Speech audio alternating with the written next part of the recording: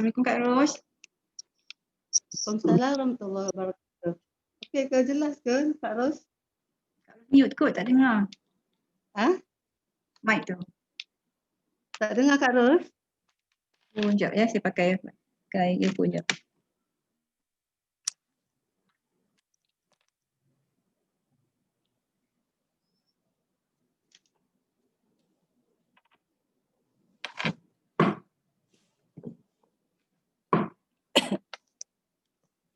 Dengar ke sudah? Okey, baru ada.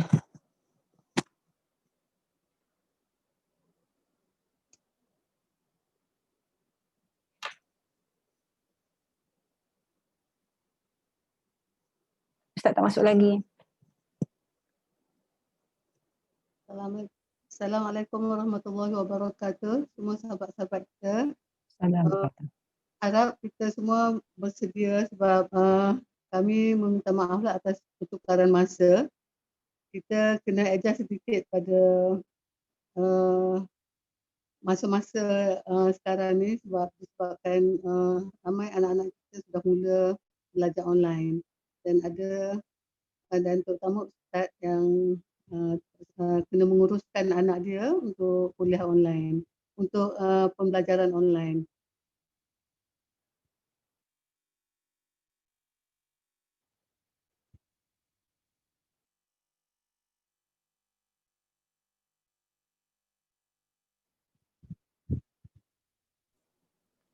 Ustaz tak masuk lagi Kak Ros.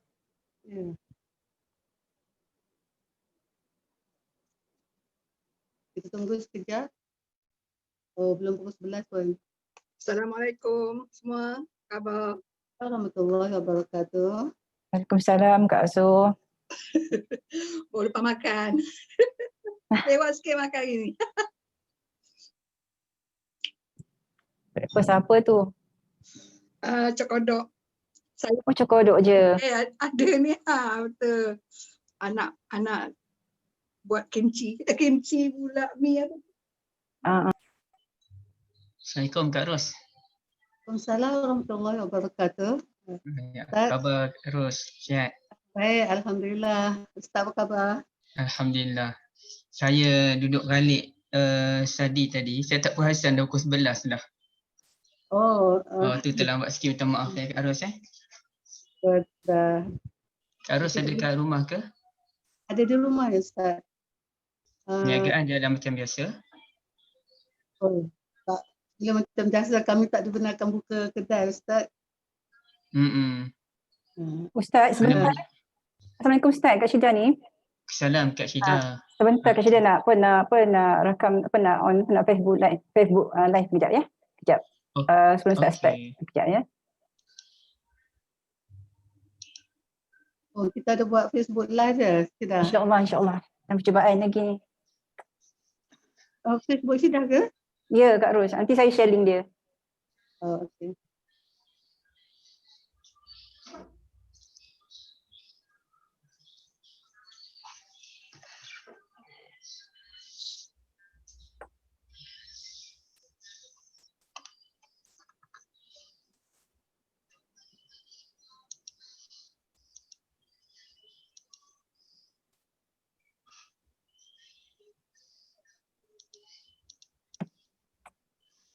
Sekejap.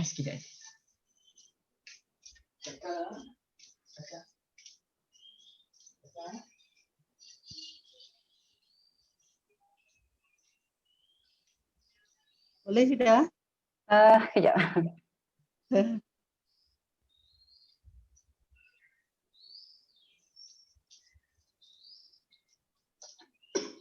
Sekejap. Sikit lagi.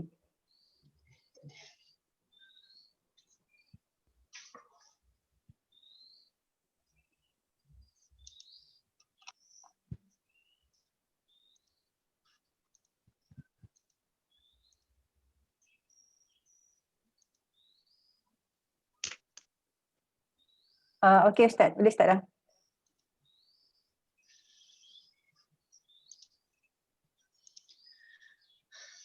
Okey, Assalamualaikum warahmatullahi wabarakatuh. Alhamdulillah, salatu wassalamu ala Rasulillah. ومن تبعه ومن والاه. سبحانك لا علم لنا إلا ما علمتنا إنك أنت العليم الحكيم. لا حول ولا قوة إلا بالله. أما بعد. Kak Syida, Kak Ros ya, ibu-ibu dari grup Ahsanul Amalah, serta tuan-tuan dan puan-puan, ibu ayah yang saya kasih sekalian. Dan alhamdulillah kita syukur pada Allah Azza wa Jalla, kita diberikan kesempatan untuk berjumpa lagi pada pagi ini, alhamdulillah. Dan insya-Allah hari ini kita akan sambung pengajian kita dalam memahami doa al-istikharah. Dalam pengajian kelas hadis kita minggu lepas, kita telah bincangkan tentang salatul istikharah, salat dan doa istikharah. Saya minta maaf walaupun saya dah kata pada Kak Syida, saya cuba siapkan nota, tapi kekuatan saya kurang sikit semalam. Tak sempat saya nak siapkan nota. Jadi saya tunjukkan beginilah, dan kita ada beberapa benda untuk kita perbahaskan pada hari ini. Dalam pengajian yang lepas kita ada sebut beberapa perkara, kalau boleh kita cuba ingat balik. Antaranya ialah kita disunnahkan untuk solat dan doa istikharah ni dalam perkara-perkara yang sunat, dalam perkara yang dalam perkara yang sunat, dan juga dalam perkara yang mubah, yang harus. Sekiranya kita keliru, adakah perkara itu perlu diteruskan, perlu dibuat ataupun tidak perlu dibuat, perlu diambil ataupun tidak perlu diambil, ya. Kemudiannya yang kedua, kita ada kongsikan bahawasanya dalam kehidupan kita ni, kita ada urusan dengan Allah dan kita ada urusan dengan manusia. So dengan Allah kita istikharah, dengan manusia kita musyawarah. Kedua-duanya diperlukan. Istikharah kita perlukan, musyawarah pun kita perlukan. Menunjukkan kita ni hamba yang lemah dan manusia yang lemah, yang memerlukan bantuan daripada Allah dan juga memerlukan buah pandangan daripada orang lain, ya. Baik. Kemudiannya kita ada bahaskan yang ketiga, bilakah doa istikharah itu dibaca? Ada pendapat yang menyatakan doa istikharah dibaca selepas solat. Habis solat kita mungkin zikir istighfar sedikit, memuji Allah sedikit, ya. Kemudiannya barulah kita pun berdoa kepada Allah Azza wa Jalla, nyatakan hajat. Namun semacam Ibn Hajar Al-Asqalani radhiyallahu anhu dalam kitab Fathul Bari dan juga Ibn Taymiyah, mereka membenarkan, mereka mengharuskan doa dalam salat. Bahkan bagi Ibn Taymiyah, berdoa dalam salat lebih afdal dibandingkan berdoa selepas salat. So kalau kita nak buat dua-dua pun boleh. Dalam salat kita doa, di luar salat kita doa, fadal, tidak ada masalah, ya. Kemudian kita ada bincangkan juga, boleh tak salat istikharah ini menumpang? Maka sebahagian ulama menyatakan boleh menumpang. Sebahagian ulama kata boleh menumpang tapi dengan syarat niat bersama. Contohnya selepas salatul zuhur kita ada mahu istikharah, tapi kita tak larat nak solat ba'diyah 2 rakaat, nak solat istikharah 2 rakaat, kita tak ada keupayaan. Maka dibolehkan untuk kita solat ba'diyah zuhur, diniatkan sekali dengan salatul istikharah. Sebagai contoh niat, sahaja aku solat ba'diyah zuhur dan istikharah. Kalau kita mahu lagi 2 rakaat kerana Allah. Tapi kalau kita niat sahaja aku solat ba'diyah zuhur dan istikharah, ia sudah memadai. Bagi Al-Imam Nawawi rahimahullah, kalau kita tidak niatkan salat istikharah pun tidak mengapa. Kita contohnya kita salat ba'diyah zuhur, kemudian kita pun lepas zuhur kita pun berdoa istikharah, la ba's. Kerana kata ulama, salat ini dia macam minyak pelincir untuk memudahkan doa kita diterima oleh Allah Azza wa Jalla. Maka cara yang paling baik supaya doa kita diterima oleh Allah, salah.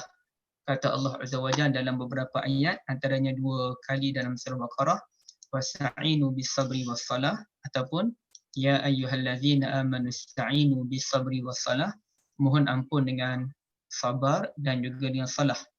Baik, cuma hari ini kita nak bincang beberapa perkara berkaitan dengan doa. Wujud sedikit kekeliruan dalam doa istikharah ni. Semacam inilah, kalau boleh saya nak mulakan mukaddimah Kak Ros, ya. Kita cuba lihat doa solat jenazah. Okey. Saya cari dan saya share dengan tuan-tuan dulu. Sekejap. Ni tak ada, ini bukan doa. Doa salat jenazah mana?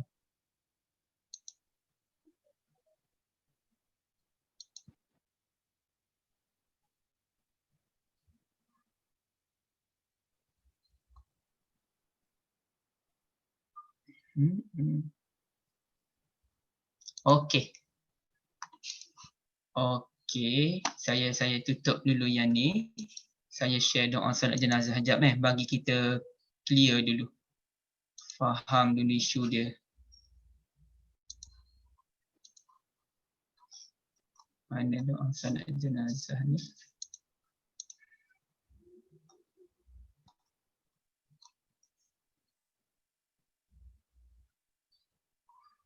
Okey, jumpa. Okey, Kak Ros nampak doa salat jenazah tu? Allahumma ighfir lahu warhamhu wa'afihi wa'fu'an. Nampak Kak Ros? Nampak. Okey, cantik. Cuba tuan-tuan dan puan-puan lihat tempat yang saya nak bold ni. Tak boleh bold kat sini. Okey, cuba anak panah gerak, nampak tak Kak Ros? Nampak. Okey, nampak. Tengok anak panah Wa abdilhu daran khairan min darih, dan berilah gantian kepada si mati itu rumah yang lebih baik daripada rumahnya. Wa ahlan khairan min ahli, keluarga yang lebih baik daripada keluarganya. Wa zawjan khairan min zawjih, pasangan hidup, kalau si mati itu lelaki, maknanya isterilah. Kalau si mati itu isteri, maka suamilah. Suami ataupun isteri yang lebih baik daripada suami ataupun isterinya. Jadi itu keliru. Keliru tak Kak Ros? Kita meninggal dunia, saya tak boleh kata na'udzubillah dalam bab meninggal ni mesti kita meninggal, cuma insya-Allah umur panjang dan barakah. Tapi tiba masa kita meninggal dan kita harap bawakan doa beginilah pada kita, kerana doa ini diajarkan oleh Nabi Muhammad SAW.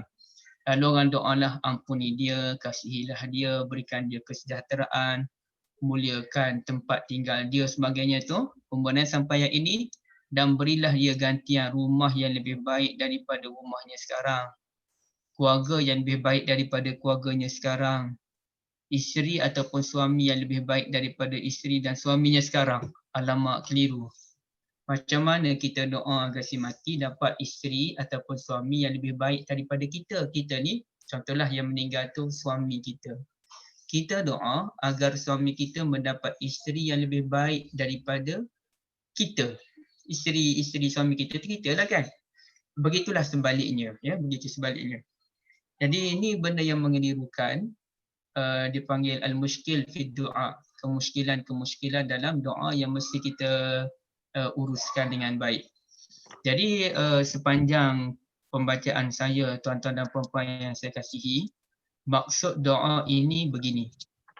Wa abdilhu daran khairan min darih, berikan dia gantian rumah lebih baik daripada rumahnya sekarang.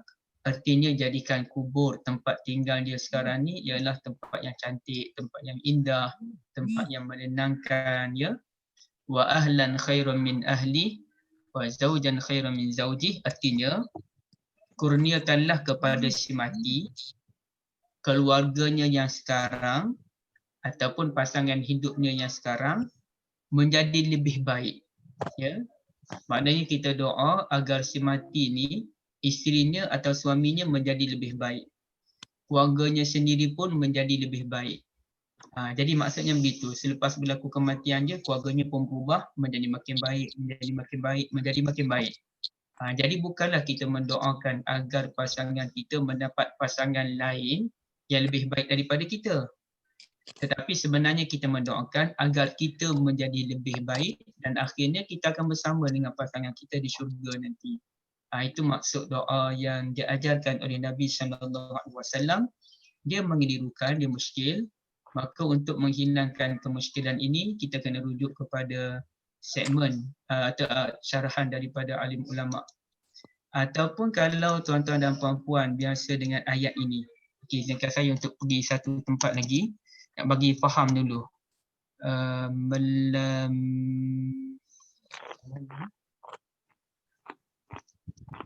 Alamat saya lupa dia je dia.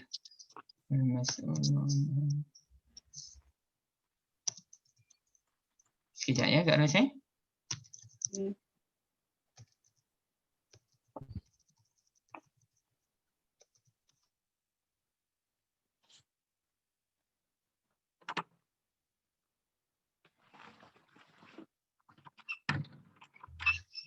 Tak boleh pula internet ni. Okey. Tak apalah. Okey. Sebagai contoh, kalau kita ingat hadis yang masa Nabi SAW jumpa dengan Jibril, Jibril pun tanya soalan tentang Islam, tanya tentang ihsan, tanya iman, tanya tentang ihsan, semuanya dijawab oleh Nabi SAW. Bila tiba soalan yang keempat, Jibril tanya Nabi, akhbirni anis sa'ah. Tolong ceritakan kepada saya tentang hari kiamat. Maka Nabi pun sebut begini. Nabi sebut mal mas'ulu anha bi'a'lama minas sa'il. Ya.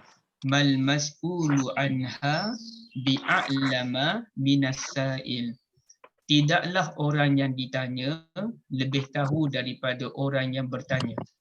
Artinya saya Nabi ni tidaklah mengetahui lebih daripada engkau tahu. Maka biasalah kita pun kadang-kadang kawan-kawan saya pun bila ditanyakan soalan, kita pun kata bal mas'ulu anha bi'a'lama minas sa'il. Saya yang awak tanya ni tidaklah berpengetahuan berbanding dengan awak yang bertanya.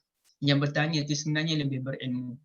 Sebenarnya maksud Nabi di sebalik kata-kata tadi bukanlah nak menyatakan bahawasanya orang yang bertanyakan Nabi itu dalam kurungan Jibril alaihissalam lebih mengetahui daripada Nabi tentang hari kiamat.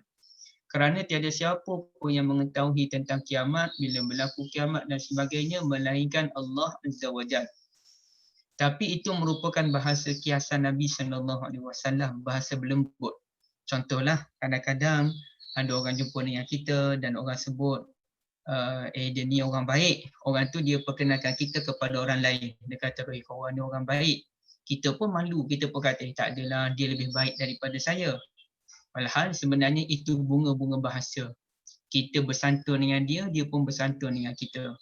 Kadang-kadang kita pun kata, kamu kan pandai lagi daripada aku. Dan dia pun kata, tak adalah, kamu lebih pandai daripada aku. Kita saling menyatakan kawan tu lebih pandai daripada kita, dia pun kata kita lebih pandai daripada dia. Itu bahasa santun, bahasa adab. Maka Nabi SAW pun menyatakan bal mas'ulu anha bi'a'lama minas sa'il.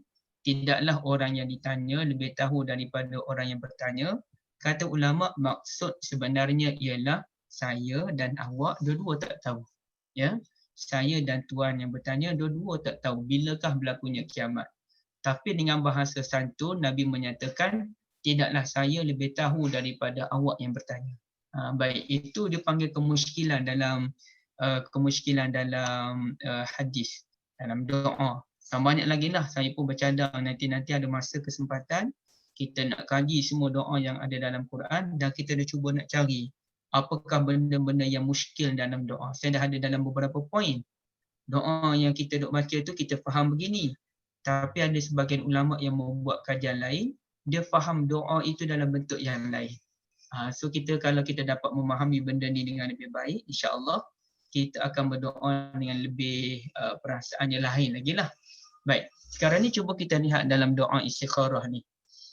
Allahumma inni astakhiruka bi'ilmik.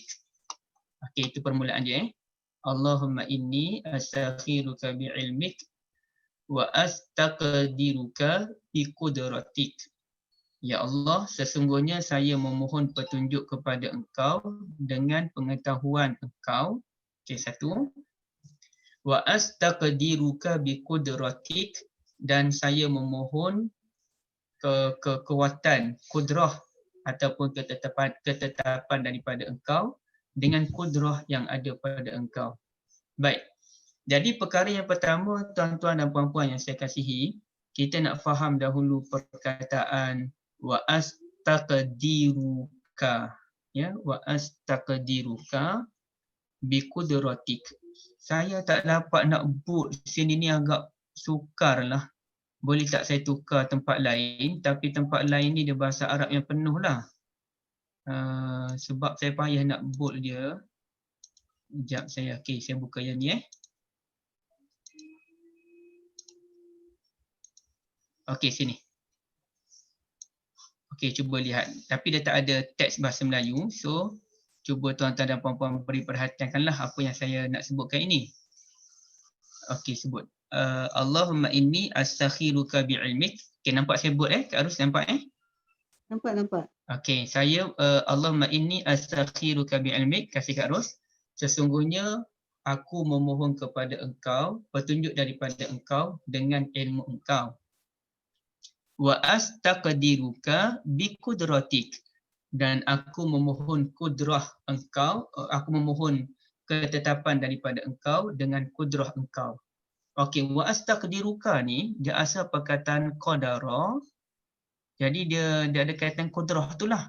Kudrah ni kemampuan, keupayaan. Jadi dia ada dua pendapat ulama dalam bab ayat wa astaqdiruka. Kalau bi kudratik ni dengan keupayaan engkau. Innallaha ala kulli syai'in qadir. Allah berkuasa atas setiap sesuatu. Okey, pandangan pertama menyatakan wa astaqdiruka bermaksud dan aku memohon kemudahan daripada engkau dengan kudrah engkau. Jadi perkataan yang berasal daripada qaf, dal dan ra itu, qadara tu yang kemudian membentuk perkataan, kalau qadara tu takdir ataupun kemudian qadir sebagainya, itu artinya aku memohon kemudahan engkau. Maknanya aku memohon agar engkau mempermudahkan permintaanku ini dengan menggunakan kudrah engkau. Baik, itu pendapat yang pertama, aku memohon kemudahan. Pendapat yang kedua pula menyatakan, dan mungkin pendapat kedua ini lebih tepat, tapi bagi saya kita gabungkanlah kedua-dua pendapat, apa salahnya? Iaitu wa astaqdiruka berarti aku memohon keupayaan daripada engkau dengan kudrah engkau. Makna kita memohon keupayaan daripada Allah Azza wa Jal untuk melaksanakan hasil istikharah. Yang awal tu Allahumma inni astakhiruka bi'ilmik, kita mohon petunjuk daripada Allah dengan ilmu daripada Allah, mana satu yang kita nak buat, ataupun adakah kita nak teruskan ataupun tidak teruskan. Wa astaqdiruka, selepas kita mohon petunjuk daripada Allah, kita mohon agar Allah memberikan kita kudrah, keupayaan, kekuatan, keteguhan hati untuk melaksanakan hasil istikharah tersebut. Kerana kadang-kadang sulit juga untuk kita melaksanakan hasil istikharah kerana adanya suara-suara luar. Jadi orang dah sebut gitu, kita dah rasa gitu dah hasil istikharah. Tapi ada pula gangguan-gangguan luaran membuatkan kita ni lemah semangat untuk menunaikan hasil istikharah. Baik. Okey, itu satu poinnya, maksud wa astaqdiruka. Kemudian kita terus pergi wa as'aluka min fadlikal azim, dan aku memohon kepada engkau daripada kelebihan engkau yang agung. Okey, cuba tengok. Fa innaka taqdir wa la aqdir wa ta'lam wa la a'lam. Sesungguhnya engkau mengetahui sedangkan aku tidak mengetahui. Engkau mengetahui sedangkan aku tidak mengetahui. Jadi sekarang ni kita cuba tengok perkataan fa innaka taqdir wa la aqdir, dia ada kaitan dengan ayat wa astaqdiruka biqudratik. Seolah-olahnya kalau kita doa tadi wa astaqdiruka biqudratik, aku memohon kekuatan daripada engkau untuk melaksanakan hasil istikharah ini. Fa innaka taqdir wa la aqdir. Sesungguhnya engkaulah yang menentukan, engkaulah yang memberikan keupayaan kepadaku sedangkan aku tidak ada kekuatan tersebut. Okey, satu.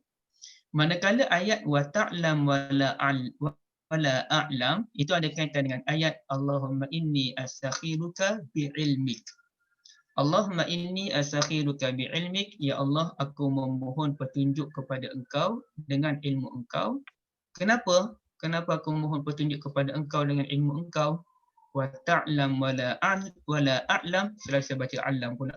Wa ta'lam wa la a'lam, kerana engkau mengetahui sedangkan aku tidak mengetahui. Engkau mengetahui perkara yang tersembunyi, aku tidak tahu perkara yang tersembunyi. Itu maksud dia. Jadi dia ada kaitan dengan ayat sebelum, dengan doa sebelum. Allahumma inni astakhiruka bi'ilmik, ada kaitan dengan wa ta'lam wa la a'lam. Ayat wa astaqdiruka biqudratik ada kaitan dengan fa innaka taqdir wa la aqdir. Okey, selepas kita membaca wa ta'lam wa la a'lam, kita pun puji Allah Azza wa Jalla dengan pujian yang luar biasa.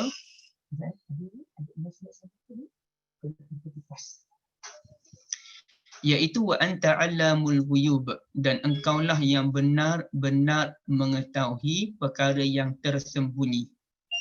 Jangan kita faham perkara tersembunyi ghuyub ini alam ghaib je, tak. Apa sahaja perkara yang tersembunyi, dia sebenarnya khusus melibatkan urusan permintaan kita. Baik, itu perkara kedua ya. Perkara yang ketiga yang paling muskil dalam doa ini ialah ini. Allahumma in kunta ta'lam anna hadzal amra khairul li. Sekejap ya.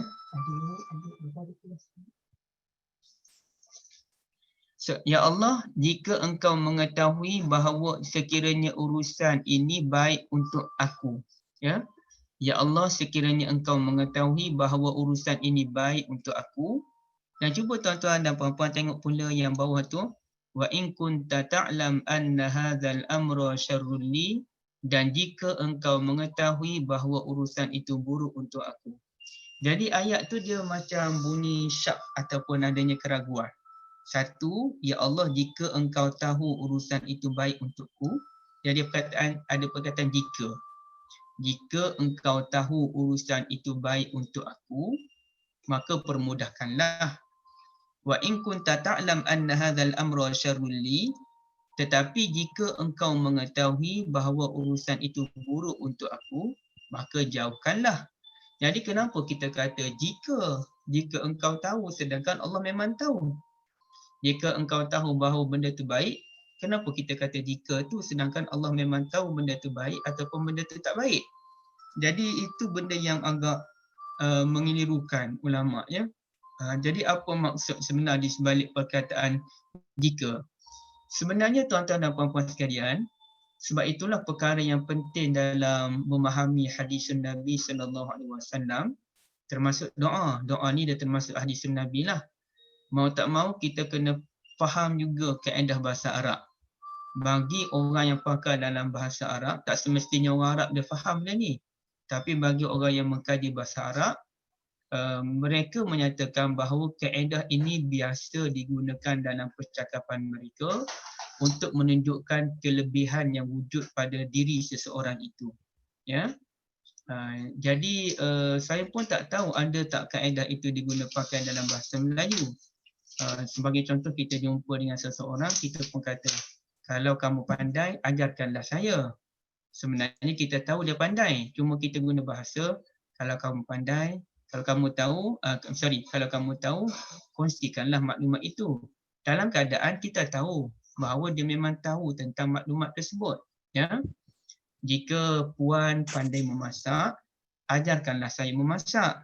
Sebenarnya kita tahu memang dia pandai memasak pun. Cuma kita menggunakan bunga-bunga bahasa sahaja. So dalam ayat ini sebenarnya kata ulama bererti bukanlah bermaksud Allah tidak tahu benda itu baik ataupun benda itu buruk. Tetapi doa ini bermaksud, ya Allah jika engkau mengetahui sesuatu itu baik untuk saya, dan sesungguhnya sebenarnya engkau memang mengetahui pun. Wa in kunta ta'lam anna hadzal amra syarrul li, dan jika engkau mengetahui bahawa perkara itu buruk untuk saya, sebenarnya engkau memang mengetahui pun. Jadi itu maksudnya. Jadi bila tuan-tuan dan puan-puan berdoa istikharah ini, sampai di ayat itu, jika engkau mengetahui bahawa urusan itu baik untuk saya, dan sebenarnya engkau memang mengetahui pun ya Allah dalam hati kita, bukan dalam tambahan ya. di dalam hati kita, maka permudahkanlah. Dan bila sampai elemen kedua pula, wa in kunta ta'lam anna hadzal amra syarrun li, dan jika engkau mengetahui bahawa perkara itu buruk pada saya dan sesungguhnya engkau memang mengetahui pun, maka jauhkanlah. Itu maksudnya. Boleh ya? Nanti kalau tuan-tuan dan puan-puan ada sebarang kekeliruan, bolehlah terus ajukan persoalan sama ada direct secara lisan ataupun boleh secara chat ya. Baik, itu perkara ketiga. Perkara yang keempat, kalau kita lihat doa yang saya kongsikan yang lepas dan kemudiannya ada timbulkan dalam grupnya, yang saya kongsikan yang lepas tu dia tak ada perkataan ini, wa yassirhu li summa barikni fihi. Okey, cuba kita lihat dulu maksud doa tu. Allahumma in kunta ta'lam anna hadzal amra khairul li, ya Allah jika engkau tahu bahawa urusan itu baik untuk saya, dalam kepala kita sesungguhnya engkau memang tahu pun, dalam agama saya, fi dini, dalam urusan agama saya, wa ma'ashi, dalam kehidupan saya, wa akibati amri, dan juga kesudahan urusan saya, au qala ajili amri wa ajilih, nanti saya terangkan, ataupun kita berdoa dalam urusan segera dan urusan yang terkemudian. Okey, faqdur huli. Dalam doa yang saya kongsikan yang lepas, dia hanya sampai ke ayat faqdur huli. Tidak ada perkataan wa yassirhu li summa barikni fihi.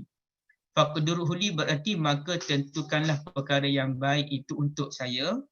Wa yassirhu li, dan permudahkanlah urusannya. Summa barikni fihi, kemudian berkatikanlah. Baik, yang saya share lepas tak ada wa yassirhu li summa barikni fihi. Sebenarnya sama ada benda tu ada ataupun tidak, kedua-duanya ada dalam hadis Nabi SAW. Dan saya mencadangkan kepada tuan-tuan dan puan-puan, tambah aja wa yassirhu li summa barikni fihi. Kedua-duanya ada dalam hadis Bukhari. Kalau kita lihat dalam kitab doa, babud doa inda istikharah, Bukhari hanya sebut faqdurhu li tanpa tambahan wa yassirhu li summa barikni fihi. Tak ada. Tapi dalam kitab yang lain, dalam perbincangan yang lain, Bukhari ada sebut wa yassirhu li summa barik li fihi. Dan tentukanlah untuk saya, kemudian permudahkanlah, kemudian berkatikanlah. Okey. Jadikan benda itu berlaku. Kalau benda itu baik, jadikan benda itu berlaku. Yang kedua, permudahkanlah. Yang ketiga, berkatikanlah. Berkat ini berarti kebaikan yang bertambah. An-nama. Itu masuk berkat. Contohnya saya mendoakan kepada Puan Hasyah. Barakallahu fikum Puan Hasyah, Puan Asyah. Artinya, semoga kebaikan bertambah buat Puan Asyah. Itu maksudnya ya. Baik. Kemudian Puan Asyah pun balas balik. Wa fikum barakallah, dan untukmu juga Zulkhair. Barakallah, kebaikan yang bertambah. Baik. Jadi sama ada tuan-tuan dan puan-puan nak baca wa yassirhu li summa barikni fihi ataupun tidak terpulang. Cuma saya mencadangkan bacalah ya, baca kerana banyak juga riwayat yang menyatakan wa yassirhu li summa barikni fihi. Okey, itu perkara yang keempat. Perkara yang kelima, Puan Asyah rupanya. Yang saya kata muda-muda tu. Puan Asyah ajar saya makan pucuk daun kari sampai sudah saya tak amal ajaran dia. Baik, terima kasih Puan. Okey, sekarang ni kita pergi poin yang kelima pula. Poin yang kelima, perkataan au di sini dia mengelirukan. Dia kalau dalam hadis tu dipanggil syakkur rawi. Rawi keliru. Mana satu yang betul? Au qala ajili amri wa ajilih. Okey, so sekarang ni saya nak cerita juga pada tuan-tuan dan puan-puan. Saya tahu benda ni agak kompleks untuk difahami. Berbelit sikit. Tapi saya nak cerita juga. Kot-kot ada kalangan tuan-tuan dan puan-puan boleh tangkap apa yang saya nak cerita ni, alhamdulillah. Tapi kalau tak dapat tangkap pun tak apalah. Okey, Ustaz Hakim ada urusan, tak apa. Berbakti pada ayah lebih wajib daripada belajar hari ni ya. Okey, sekarang ni dia ada, bila ada perkataan au di situ, dia wujud kekeliruan. Dia ada seorang ulama ni namanya Al-Kirmani. Al-Kirmani ni seorang ulama yang telah mensyarahkan Sahihul Bukhari. Syarah Al-Kirmani ala Al-Bukhari. Dia sebut begini. Doa ni dia boleh jadi dalam 3 bentuk. Ayat-ayat yang saya bold tu. Allahumma in kunta ta'lamu anna hadzal amra khairul li fi dini wa ma'ashi wa akibati amri aw qala ajili amri wa ajili. Dia boleh jadi dalam 3 bentuk. Sebab bila berlaku au qala ataupun kita berdoa ajili amri wa ajili, urusan yang segera dan urusan yang akan datang, makanya ada tiga bentuk doa ya. Sekejap. Sini ada ke kalau kat sini? Okey tak ada. Okey, satunya kita boleh berdoa Allahumma in kunta ta'lam. Okey, cuba tuan-tuan dan puan-puan kalau macam mana nak tanda ya. Tulis ke macam mana ikutlah. Satu, Allahumma in kunta ta'lam anna hadzal amra khairul li fi dini wa ma'ashi wa akibati amri. Okey, satu bentuk doa. Sama sebiji yang tadi. Allahumma in kunta ta'lam anna hadzal amra khairul li fi dini wa ma'ashi wa akibati amri. Okey, sampai situ je. Okey, itu satu bentuk. Bentuk yang kedua ialah Allahumma in kunta ta'lam anna hadzal amra khairul li. Okey, ambil situ je. Khairul li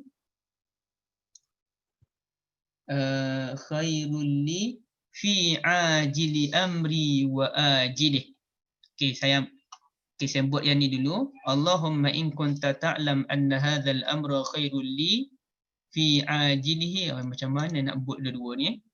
Mula-mula sini khairul li, kemudiannya fi ajili amri wa ajilih. Okey. Ataupun saya pun share di ruangan chat yang ada tu. Macam mana cara dia?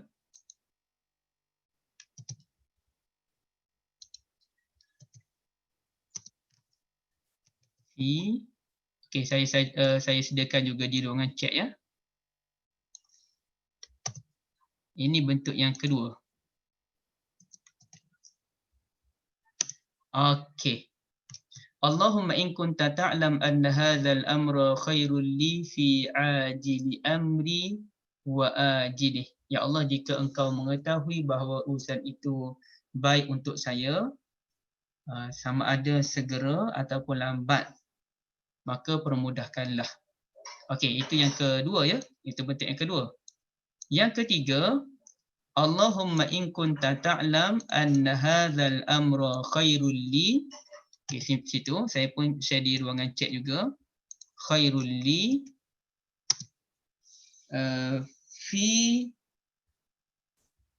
khairul fi dini wa ajili amri khairul li fi dini.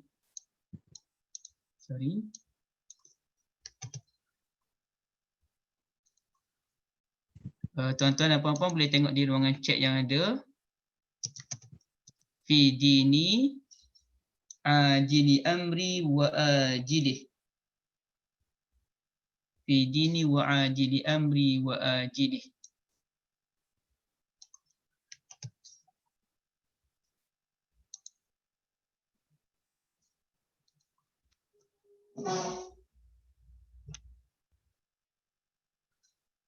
Fi dini.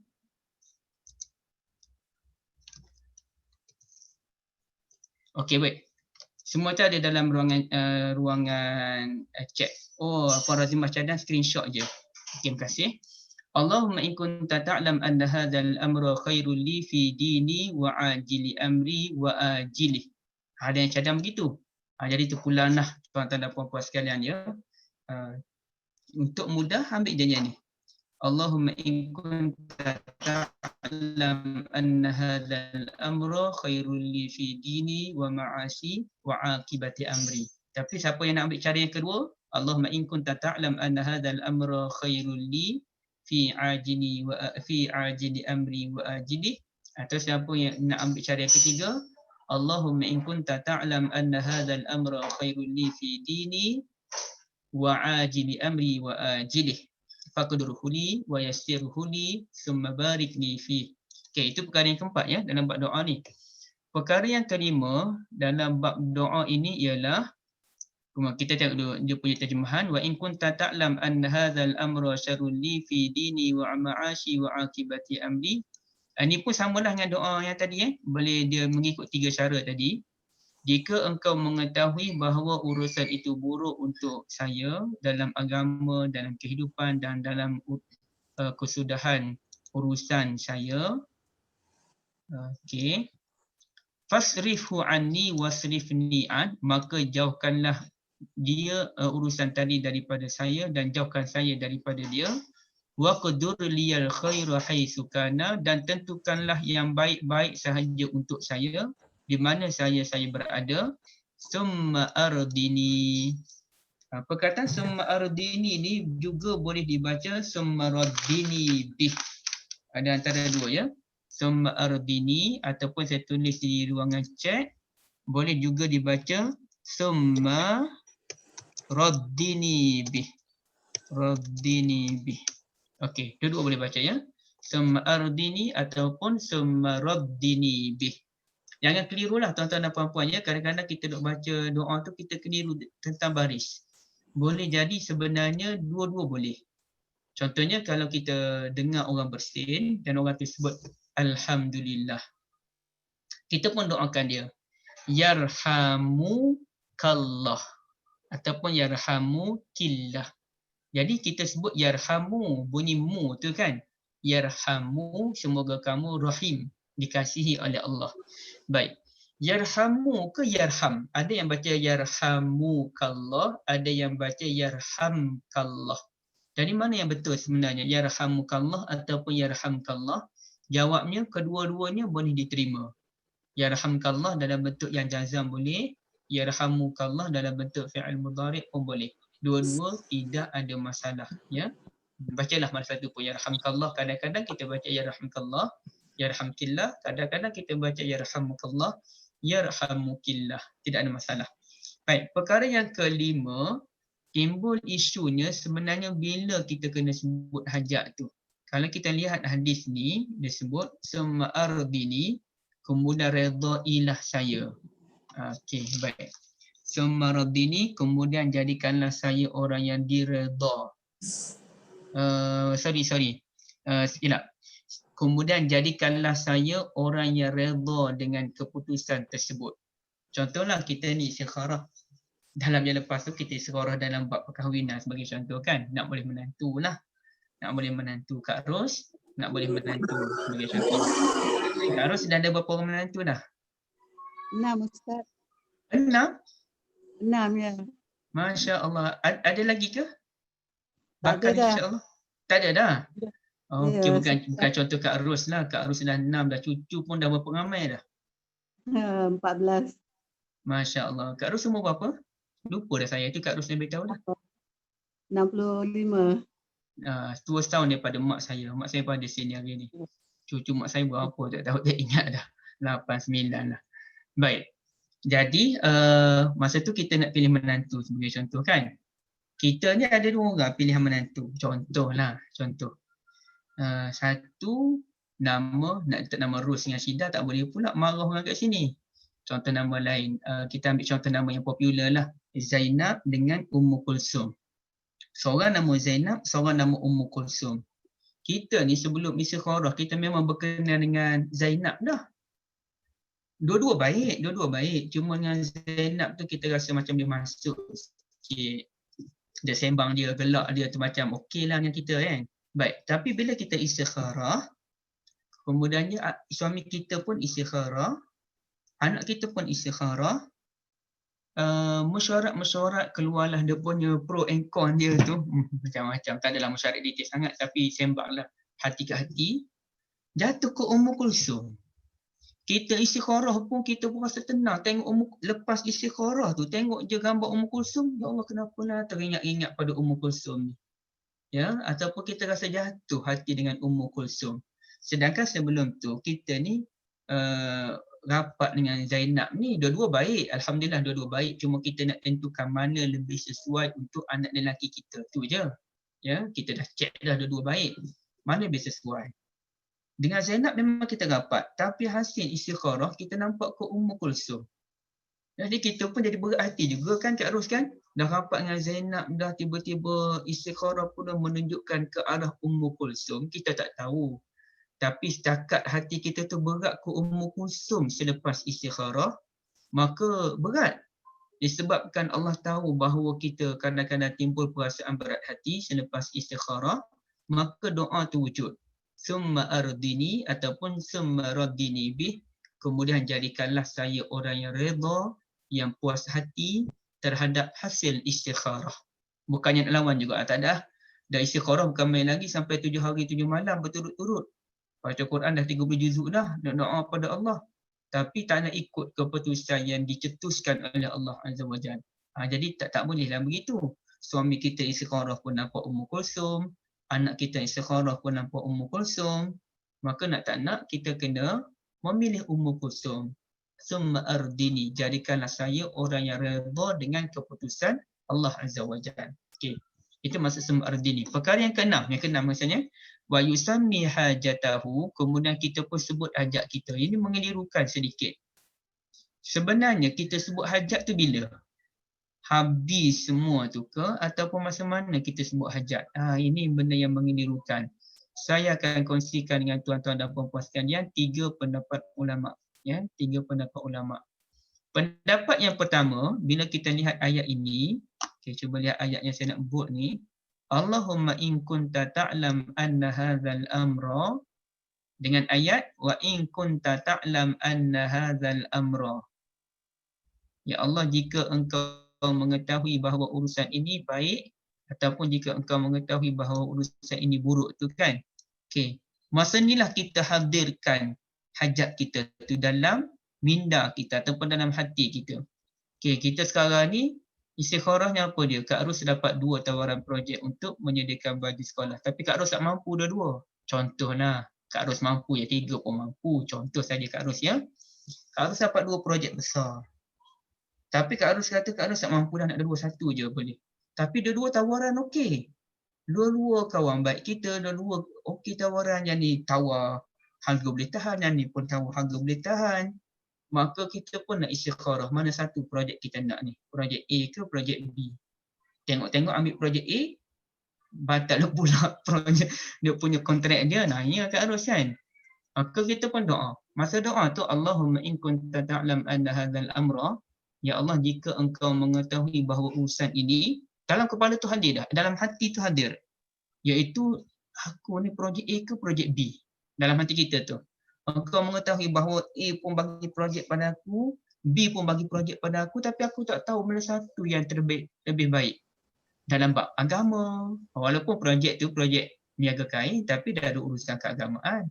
Ke niaga kain tak ada urusan keagamaan Kak Ros? Ada kan? Confirm ada. Kain yang sesuai, kain yang menutup aurat, kain yang lebih mengembangkan agama Islam. Maknanya orang tahu hasil kualiti Kak Ros sediakan tu kain yang cantik, puji hasil kerja umat Islam sebagai orang yang perform dengan kerja dan sebagainya. Jadi kita pun hadirkan permintaan itu ketika membaca doa ini. Allahumma in kunta ta'lam anna hadzal amra, hadirkan masa tu. Mungkin masa tu kita tak mampulah nak tulis baca khairul li. Kita hadirkan dulu. A bagi projek pada aku, B pun bagi projek pada aku, mana satu? Khairul li fi dini wa ma'ashi. Okey, itu langkah yang pertama. Yang mana saya kira langkah yang pertama ni langkah yang paling kurang glamour lah. Ataupun saya tak cadangkan lah ambil langkah yang pertama ni, tapi saya nak share ada ulama yang kata demikian. Baik. Langkah yang kedua ialah kita menyebutkan wa yusammi hajatahu tu, dan kita sebutkan hajat kita. Ya. Perkataan yang Allah Nabi guna tu wa yusammi hajatahu. Nabi sebut wa itu sekejap ya. Ada tak kasih ni? Sini tak ada. Wa tu artinya dan, bukannya kemudian. Bukannya Nabi kata waqdur liyal khairu haitsu kana summa ardini qala summa yusammi hajatahu. Kalau Nabi guna summa yusammi, habis kamu doa istikharah, kemudian kamu sebut permintaan kamu. Kalau perkataan summa ni artinya kemudian, apa yang selepasnya. Tapi Nabi tak kata summa, Nabi kata wa ni dan kamu sebutlah hajat kamu. Bila Nabi kata wa ni tak semestinya benda yang datang selepas. Dia panggil wawul ataf, la yadullu ala ta'kib. Dia tak semestinya menunjukkan perkara yang selepas. Jadi sebahagian ulama' dia sebut begini, saya pun nak baca syarahan ulama' tadi. Mereka sebut yang kita baca doa tu ialah semasa ini. Sebut hajat. Allahumma in kunta ta'lam anna hadzal amra, dalam kurungan wa yusammi hajatah, ataupun hajataha. Dan sebutkanlah hajat kamu selepas kamu baca doa ini. Allahumma in kunta ta'lam anna hadzal amra, ya Allah, jika engkau mengetahui bahawa urusan ini, urusan apa? Ya Allah, sesungguhnya datang tawarkan aku projek kain tadi, dan aku suka dengan tawaran dia. Tapi dalam masa yang sama, B pun datang juga untuk menawarkan projek dia, dan aku pun berkenan dengan tawaran dia. Kedua-duanya kawan baik aku tidak mahu menghampakan mana-mana permintaan mereka. Maka tolong tunjukkan kepada aku mana satu yang terbaik. Khairul li fi dini wa ma'ashi wa akibati amri. Baru kita sambung. Artinya wa yusammi hajatahu tu berlaku selepas ayat anna hadzal amra. Ya. Itu pandangan yang kedua, dan ini pun glamour. Mana pendapat ini pun kuat. Bukannya pendapat yang tidak kuatnya. Saya baca beberapa ulama pun cadang yang itulah. Dan ada ulama yang mencadangkan langkah yang ketiga ialah wa yusammi hajatahu tu selepas habis doa. Habis dia waqdur liyal khairu haitsu kan summa ardini, barulah kita pun ya Allah, sesungguhnya aku ni keliru antara sekian-sekian, kita pun sebutlah hajat kita selepas habis berdoa. Jadi ada 3 langkah. Cuma yang kita cadangkan langkah yang pertama, sebutkan hajat selepas ayat ini, Allahumma in kunta ta'lam anna hadzal amra. Dan bila kita nak ulang balik, wa in kunta ta'lam anna hadzal amra, tak perlu dah ulang. Dan jika engkau tahu bahawa urusan yang tadi, yang aku mohon pada engkau tadi buruk untukku, agamaku dan sebagainya, tak perlu ulang dah. Kita nak sebutnya masa ni, Allahumma in kunta ta'lam anna hadzal amra. Tapi langkah kedua yang boleh kita buat juga, baca doa tu sampai habis dulu, barulah kita nyatakan apakah hajat kita kepada Allah Azza wa Jalla. Ya? Itu perkara yang ke-5, ya. Yang ke-5 dah. Okey, baik. Sebelum kita berhenti berehat sekejap je. Sebenarnya berehat tu kan apa? Nak pergi minum air sikit tu je, memang sikit. Kemudian kita sambung balik. Ada tak persoalan dahulu? Kak Syida, Kak Ros dan tuan-tuan dan puan-puan, jika ada persoalan dulu, kita bincang dulu. Assalamualaikum Ustaz. Salam. Ustaz, ni mungkin bukan soalan yang directly kepada doa yang Ustaz bagi ni, tapi kalau macam doa duha tu kan Ustaz, doa duha tu pun jika di langit turunkanlah, jika di bumi keluarkanlah, kan, jika sukar mudahkanlah, macam tu pun lebih kuranglah sama konteks dia kan Ustaz. Okey, terima kasih Puan. Saya tak nampak nama Puan naik tadi. Kak Azimah. Kak Azimah. Terima kasih Kak. Supaya memuaskan hati, biar saya tunjukkan bukti. Ya. Okey, bagi masa sekejap.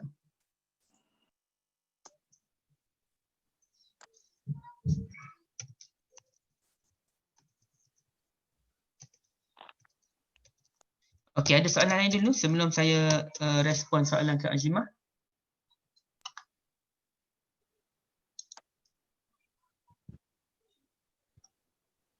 Ustaz, nak tanya soalan Ustaz. Okey, Kak Syida silakan. Ya.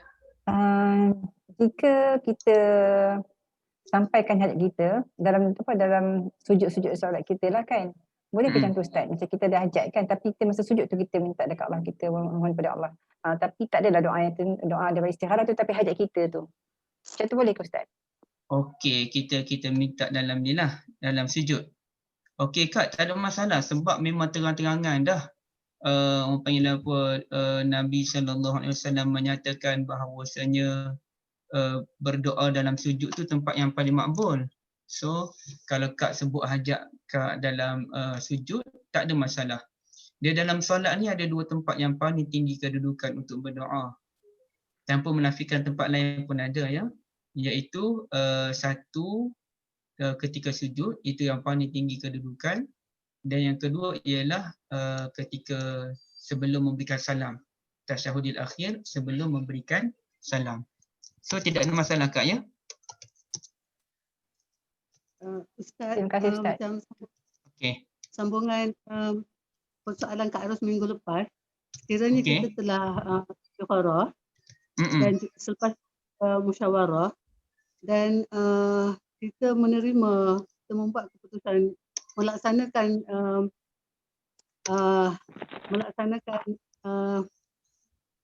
perkara kita apa yang kita nak lakukan itu mengikut keputusan musyawarah, tapi semasa melaksanakan perkara tersebut hati kita masih tidak tenang. Macam mana tu Ustaz? Kita dah istikharah tapi masa tu tak tenang juga. Kita sudah istikharah. Pun dalam musyawarah tu pun istikharah dan kita terpaksa mengikut keputusan musyawarah. Tapi selepas melaksanakan dalam waktu melaksanakan tu kita masih rasa macam tak selesa dan tak sedap. Macam mana nak teruskan? Okey, macam ni Kak kita gini, perkara yang pentingnya yang kita kena buat ialah istikharah dengan musyawarah. Kenapa kita nak istikharah? Kerana kita tak tahu benda yang tersembunyi. Okey, maka kita minta pertolongan daripada alimul ghaibi wasyahadah, yakni Allah Azza wa Jalla. Kenapa kita nak musyawarah? Kerana kita nak mengetahui hasil dapatan maklumat daripada perkara yang kita temui. Maknanya maklumat yang manusia tahu. Kalau istikharah ni yang kita tak tahu, musyawarah ni benda yang kita tahu. Jadi bila kat musyawarah tu, masing-masing keluarkanlah hasil pandangan masing-masing, hasil kajian masing-masing ataupun hasil dapatan masing-masing. Selepas kita istikharah dan kita musyawarah, kita kena ingat apa yang Allah sebut. Wasyawirhum fil amr, dan musyawarah dengan mereka dalam apa-apa urusan, dalam kebanyakan urusan. Fa iza azamta fatawakkal 'ala Allah, bila kamu telah berazam, kamu dah istikharah, kamu dah musyawarah, maka tawakal kepada Allah. Itu yang penting. Okey, baik. Disebabkan Allah dah tahu dan Nabi SAW pun maklum, selepas kita nak buat keputusan mesti ada gangguan daripada syaitan. Sebab itu yang kita doa tadi, summa raddini bih ataupun summa ardini, jadikanlah aku redha dengan keputusan yang aku dapat daripada istikharah. Maka kita kena tambahkan semangat, kita teruskan. Kita anggap sajalah yang kita tak sedap hati itu sebagai gangguan-gangguan. Tetapi ya, dia ada tetapi lagi. Kita dah istikharah, kita dah musyawarah, tapi kita still tak tenang hati. Ya. Maka kita kena cek balik. Kita istikharah tu betul ke tak betul? Kita musyawarah tu, adakah kita musyawarah dengan cara yang tepat ke ataupun cara yang tidak tepat? Contohlah kalau Kak yang kerja bahagian jualan ni, saya tak tahulah, saya tak libat Kak. Tapi mestilah bila mesyuarat, setiap orang kena ada data dia kan. Mana boleh mesyuarat kosong? Mana boleh mesyuarat gigi pada pandangan saya, tapi semuanya pandangan itu pandangan yang tidak ada data ataupun analisis. Tak boleh sekadar sebut je. Kita pun cek balik, mesyuarat hari tu tak memenuhi requirement dia lah. Bukan cara mesyuarat yang betul, sekadar datang bagi pandangan tapi pandangan yang tidak ada hasil kajian. Kemudian kita cek balik istikharah, la ilaha illallah, rupanya istikharah kita tu kita solat dalam keadaan tergesa-gesa ataupun kita tidak membaca doa yang diajarkan oleh Nabi SAW ataupun apa-apalah, kita rasa macam ada kekurangan. Maka di situ kita boleh mengulang balik salatul istikharah dan juga kita musyawarah kali yang kedua untuk mendapatkan petunjuk yang betul-betul datang daripada Allah Azza wa Jalla. Sebab itu dia ada satu asar yang dhaif Kak ya, daripada Anas bin Malik radhiyallahu an, yang disampaikan oleh orang panggil apa Ibn Sunni, tapi ini dia panggil asar yang dhaif, sangat dhaif, tapi bolehlah nak jadi sedikit pedoman. Iza hamamta bi amrin fastakhir rabbaka sab'an summa anzur ila alladhi yasbiqu qalbi fi qalbik fa innal khaira fi. Apabila kamu ingin melakukan sesuatu, maka mohonlah istikharah daripada Allah 7 kali. Kemudian kamu tengok mana satu yang paling memberikan mana satu yang dulu memberikan petunjuk kepada hatimu. Sesungguhnya kebaikan ada padanya.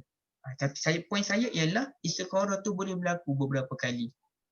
Walaupun asar itu dhaif, tapi kita tak menolak istikharah boleh berlaku beberapa kali. Ataupun kata Al-Imam An-Nawawi rahmatullahi alaih, yaf'al ba'da al-istikharah ma yansyarih bihi sadrah. Kita melakukan selepas istikharah apa yang menenangkan hati kita. Berarti kalau lepas istikharah kita belum tenang, itu bukan keputusan istikharah. Keputusan istikharah ialah bergantung kepada ketenangan hati. Kak dah istikharah. Jadi kalau Kak nak buat juga benda tu sedangkan hati Kak tidak ke situ, itu bukan hasil istikharah. So kena cek balik. Hasil istikharah ni hati kita tenang, kita puas, kita lapang. Biasanya begitu. Allah Alam. Begitulah Kak secara umumnya. Selebihnya secara lebih khusus lagi ia bergantung kepada kes akak lah. Sebelum mungkin Kak Ros ada nak tambah sedikit, saya nak kongsi begini. Kadang-kadang kita istikharah nak sesuatu. Saya pun pernah istikharah untuk terlibat dalam satu benda. Saya pun terlibat. Dan akhirnya rupanya saya terlibat tak lama pun. Dalam setahun 2 tahun je saya terlibat. Dalam tempoh setahun 2 tahun tu pun saya tension lah terlibat dengan benda tu kan. Tapi saya fikir balik, kenapa bila saya istikharah, hati saya tenang je untuk menerima benda tu. Rupa-rupanya, walaupun saya tak bertahan lama dengan benda tu, tapi saya mendapat banyak pengalaman dan ilmu daripada benda tu. Seakan-akan Allah Ta'ala bukanlah bagi saya ketenangan hati untuk terlibat selama-lamanya. Tetapi Allah nak suruh saya terlibat agar saya mendapat pengetahuan tentang benda tu. So, nanti bila orang sembang je benda tu dengan saya pun tahu benda tu. Walaupun saya tak libat lama, saya tak libat sepenuhnya, hanya sambilan-sambilan je, tapi saya tahu. Saya elok-beloknya macam mana, sedikit sebanyak saya ada gambaran. Ada pertambahan ilmu yang lain. Jadi mungkin ada benda yang kita buat tu tak berapa menjadi. Tapi rupa-rupanya Allah nak ajar kita benda lain sebenarnya. Allah Alam, gitulah Kak ya. Ataupun Kak ada nak tambah lagi? Fadhali. Okey, tak apa, faham Ustaz. Maksudnya kalau kita tidak tenang dengan istikharah dan musyawarah yang pertama, kita boleh ulang istikharah dan musyawarah. Yes, boleh ulang balik. Tak ada masalah. Kalau ada satu je pilihan, contohnya seorang je calon menantu, boleh ke soal istikharah? Mak saya lah tu tanya tu. Boleh, kena istikharah juga, Mak. Okey, tuan-tuan dan puan-puan, kita ada seorang je calon menantu. Nak istikharah ke tak istikharah? Ya, istikharah. Dan istikharah tu kita tenang, kita pun tawakal ala Allah. Tawakal kepada Allah, teruskan. InsyaAllah ada barakah. Jangan lepas ni, menantu kita pun ada buat perangai sikit lah, bukan perangai banyak pun. Kita pun menyalahkan hasil istikharah. Jangan begitu. Setiap orang ada berhak melakukan kesilapan. Jadi bukanlah kita menyalahkan takdir, sebaliknya kita memperbetulkan keadaan. Tiada siapa pun yang sempurna. Dan kita doa yang baik, kita memang doa yang baik. Tapi kalau lepas kita buat sesuatu benda hasil daripada istikharah, ada sedikit benda yang negatif, benda negatif itu jangan anggap ia sebagai satu keputusan yang salah. Ia hanyalah bunga-bunga dalam kehidupan kita. Ada bunga yang berbau wangi, ada bunga yang berbau kurang wangi, ada bunga yang berbau yang sebaliknya. So, yang penting ialah kita membetulkan balik suasana dan keadaan tersebut. Allah A'lam. Okey, baik. Ada perbincangan lain? Assalamualaikum Ustaz. Waalaikumsalam. Oh, Prof Narita. Silakan. Saya nak tanya istilah ajil tu. Ajil. Macam mana kita nak beza dengan, kan dalam Quran ada word ajilah. Dia macam mana nak jelaskan tu. Terima kasih Prof ya. Ajil de ajalah. Okay, saya pun tulis juga di ruangan chat tu. Ajil tu Dia asal daripada ajala. Oh, sini. Alamat salah hijau pula dah.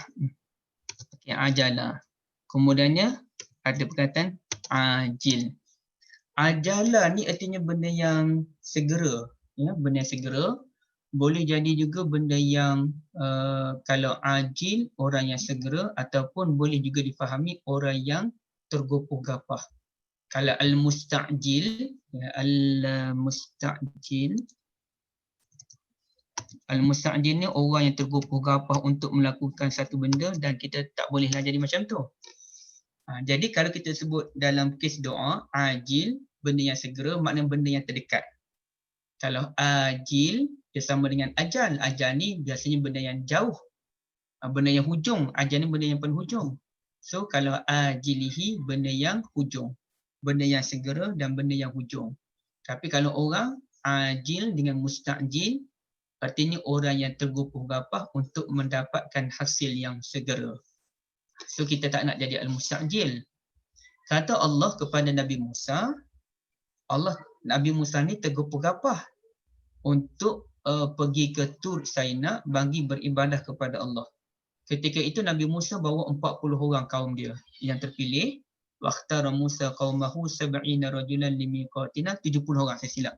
70 orang kaumnya terpilih naik ke Tur Saina untuk beribadah khas kepada Allah selama 40 lailah. Fatamma miqatu rabbih 40 lailah, 40 malam. Masa naik ke bukit Tur Saina, ketika naik ke bukit Saina atau bukit Sina, Nabi Musa ni ke depan. Dia cepat, dia meninggalkan kaum dia. Maka Allah pun tanya, wa ma a'jalaka an qaumika ya Musa. Ini persoalan Allah. Wa ma a'jalaka, apa yang membuatkan kamu ni tergopoh gapah, segera, bertindak segera meninggalkan 70 orang lagi tu belakang kamu. Apa jawapan Nabi Musa alaihi salatu wassalam? Wa ajiltu ilaika rabbi. Okey, saya tulis habislah. Wa ajiltu ilaika rabbi litarda. Aku tergopoh gapah datang kepada engkau wahai Tuhan, litarda, agar engkau redha kepada aku. Jadi tergopoh gapah yang begitu, yang Nabi Musa ni tergopoh gapah yang baik. Tapi kalau tergopoh gapah semayang pun tergopoh gapah, itu tak baiklah. Baik, berbeza ada tergopoh gapah yang tak elok, yang mana bila Nabi Musa naik ke Tur Saina, Allah berkata bahawa kaum kamu, fa inna fatanna qaumaka min ba'dika wa adhallahumus samiri, bahawa kaum kamu telah diuji, mereka telah disesatkan oleh Samiri. Maka bila Nabi Musa alaihi salatu wassalam turun dari Tur Saina, baginda jumpa dengan kaum baginda. Baginda pula tanya soalan kepada kaum baginda sebagaimana Allah bertanyakan baginda. Soalan baginda berbunyi, a'ajiltum amra rabbikum.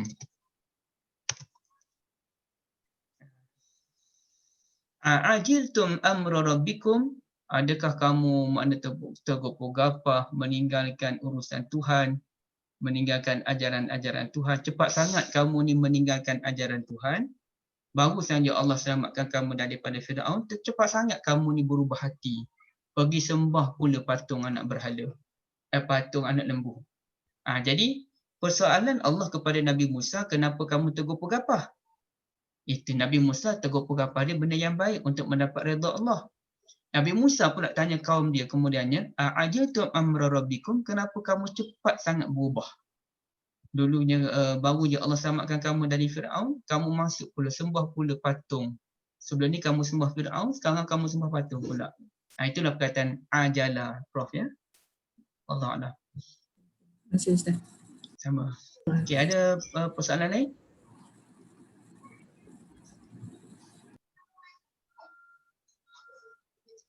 Okey, kalau tak ada, saya teruskan sikit. Tak apalah, tak berhenti pun.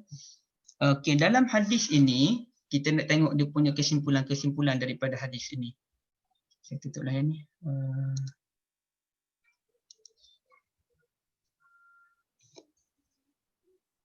Cik Azimah tadi sudah jawab soalan kan? Cik Azimah tanya soalan apa tadi? Belum. Belum soalan duha. Ya Allah lupa. Okey Kak, lupa dah masuk yang ajil apa macam ni. Duha ni Kak gini. Segala doa dalam salatul duha setakat saya study lah tidak sahih. Okey, tapi boleh tak ada satu lagi tempat saya nak check. Okey, bagi saya check satu tempat je lagi.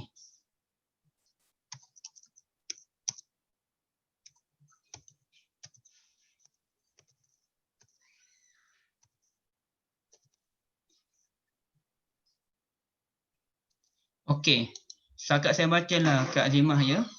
Tidak ada satu pun doa yang khas untuk salatul duha. Walaupun doa tadilah Allahumma inna duha duha'aka wal baha'uka, kemudiannya sampai ayat apa? Allahumma in kana rizqi fis sama' fa anzilhu wa in kana fil ardi fa akhrijhu wa in kana ba'idan fa qarribhu wa in kana qariban fa yassirhu. Apa benda tu? Jika ada rezekiku di langit maka turunkanlah, jika ada rezeki di bumi maka keluarkanlah, jika rezeki itu jauh dekatkanlah dan sebagainya. Itu bukannya doa yang datang daripada Nabi SAW. Jadi bila ia bukan datang daripada Nabi, ia bukan doa khas untuk salatul duha pun sebenarnya. Boleh kita katakan kemungkinan besar ia hanya cadangan orang-orang tertentu yang mana kita pun tak tahu orang-orang tertentu tu siapa. Kita pun tak tahu. Dia macam isu beginilah kalau saya sebut, tapi jangan jadikan isu saya nak sebut ni sebagai isu kontroversi. Ya. Sebagai contoh kita katakan tahlil untuk kematian. Okay, tak ada masalah. Saya tak ada masalah pun. Ya. Kitanya orang kata tahlil ini disusun oleh ulama'. Maka persoalan yang timbul ialah setelah lama kita mendakwa tahlil itu disusun oleh ulama', maka wajar untuk kita bertanyakan satu soalan yang bersifat akademik ataupun ilmiah, siapakah ulama' yang menyusun tahlil tersebut? Yang mula Al-Fatihah, ayatul kursi dan sebagainya itu, siapa yang mula menyusunnya? Kalau ulama' yang mana? Benarkah ia ulama' ataupun guru-guru ataupun macam mana? Jadi benda tu benda yang perlu dinilai sebenarnya. Siapakah yang menyusun doa tersebut? Semacam mana kalau kita biasa mendengar hizib, orang kata baca hizib. Okay, so baik. Kalau baca hizib, orang kata Hizbun Nawawi. Maka persoalan yang mesti kita tanyakan secara jujur terlebih dahulu, benarkah hizib itu diamalkan, disusun dan diamalkan oleh Al-Imam Nawawi rahimahullah. Jadi itu benda yang perlu ditanyakan dahulu. So dalam kes doa Allahumma inna duha'aka dan sebagainya, tidak ada hadis pun datang daripada Nabi SAW yang mengajarkan doa tersebut. Satu. Tetapi boleh tak kita nak amal doa tadi? Jika ada rezekiku di langit turunkanlah apa tu? Itu menunjukkan bukanlah rezeki dari langit. Macam mana artinya kalau ada rezeki di mana-mana berikanlah. Membaca doa tadi tidak ada masalah. Ya, tidak ada masalah. Cuma jangan kata ia datang daripada Nabi SAW. Cuma soalan Kak Azimah tadi, adakah wujud persamaan in kana rizki fis sama' dengan in kunta ta'lam anna hadzal amra? Ya, ada persamaan dia, ya, ada persamaan dia. Wallahu a'lam. Begitulah Kak ya. Persamaan tu wujud, tapi untuk mendakwa doa tu ajaran Nabi tidak. Dan macam kita katalah doa Allahumma barik lana fima razaqtana wa qina azabannar. Adakah ia datang dari Nabi SAW? Doa qabla al-aqal, sebelum makan? Jawabnya tidak diajarkan oleh Nabi. Tetapi kalau kita nak baca boleh. Namun kerana ia bukan datang daripada Nabi SAW, maka jangan jadikan ia amalan pada setiap kali nak makan. Kadang-kadang baca, kadang-kadang tak perlu baca. Ya, cukup Bismillahirrahmanirrahim. Kadang-kadang Allahumma barik lana fima razaqtana wa qina azabannar. Kadang-kadang nak baca doa yang lain pun silakan. Yang paling penting Bismillahirrahmanirrahim. Kadang-kadang budak-budak pun keliru. Contohnya saya minta anak saya baca bismillah dulu. Dia pun Allahumma barik lana fima razaqtana wa qina azabannar, dia makan. Dia tak baca bismillah. Dia baca doa tadi. Sedangkan yang kita kata baca bismillah dahulu. Dia pun jadi keliru dah. Jadi yang sunnahnya bismillah. Manakala Allahumma barik lana itu tidak ada hadis yang sahih menyatakannya. Siapa nak amal silakan, cuma jangan kata ia datang dari Nabi SAW. Baik. Cuma satu lagi, kalau bertembung doa yang sahih daripada hadis yang sahih dengan hadis yang dhaif, maka kena dahulukan hadis yang sahih. Kalau bertembung. Contohnya doa dalam salatul tarawih. Allahumma, sebenarnya doa itu diajarkan oleh Nabi SAW kepada Aisyah Ummul Mukminin radhiyallahu anha sekiranya Ummul Mukminin bertemu dengan malam Al-Qadar. Tambah-tambah kalau bertemu malam Al-Qadar, Ummul Mukminin uzur, tidak dapat ibadah salat. Maka bacalah doa, Allahumma innaka afuwun tuhibbul afwa fa'fu anni. Baik. Tetapi yang kita baca, sembahyang besar kita baca, Allahumma innaka afuwun karim. Ada perkataan tambahan karim. Tuhibbul afwa fa'fu anni. Jadi tambahan karim itu tidak datang daripada hadis yang sahih. Ia hadis yang dhaif. So bila hadis sahih bertemu dengan hadis yang dhaif, tak boleh kita kata, apa salahnya saya baca yang dhaif? Bukankah kita boleh beramal dengan hadis yang dhaif? Baik. Kita hanya boleh beramal dengan hadis yang dhaif sekiranya ia dhaif yang ringan dan sekiranya tidak ada hadis yang sahih yang menyentuh perkara tersebut. Jika ada hadis sahih yang menyentuh perkara tersebut, al-aula, maka yang paling baik ialah an-na'mal bil ahaditsis sahihah. Beramal dengan hadis yang sahih. Allah A'lam. Baik, silakan kalau ada perbincangan lain. Kak Syida, kalau ada, silakan. Kak Syida tak jadi pergi tempat Abror ke? Ke Kak Syida dalam kereta?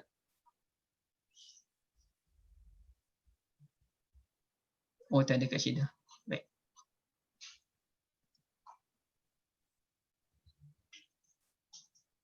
Kak Ros, ada apa-apa tambahan?